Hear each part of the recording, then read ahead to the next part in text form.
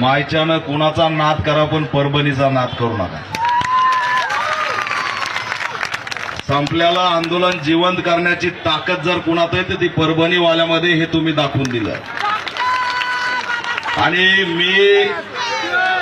मला या आश्चर्य या आया बहिणींचं वाटतंय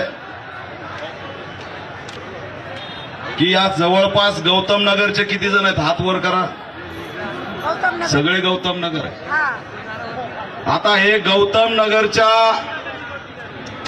महिलांना सर्वात जास्त मारहाण झाली, पण त्या हारल्या नाहीत, घाबरल्या नाहीत. त्यांनी सांगितलं, गोरबाण तुझी विकेट पाडल्याशिवाय परत येणार नाही.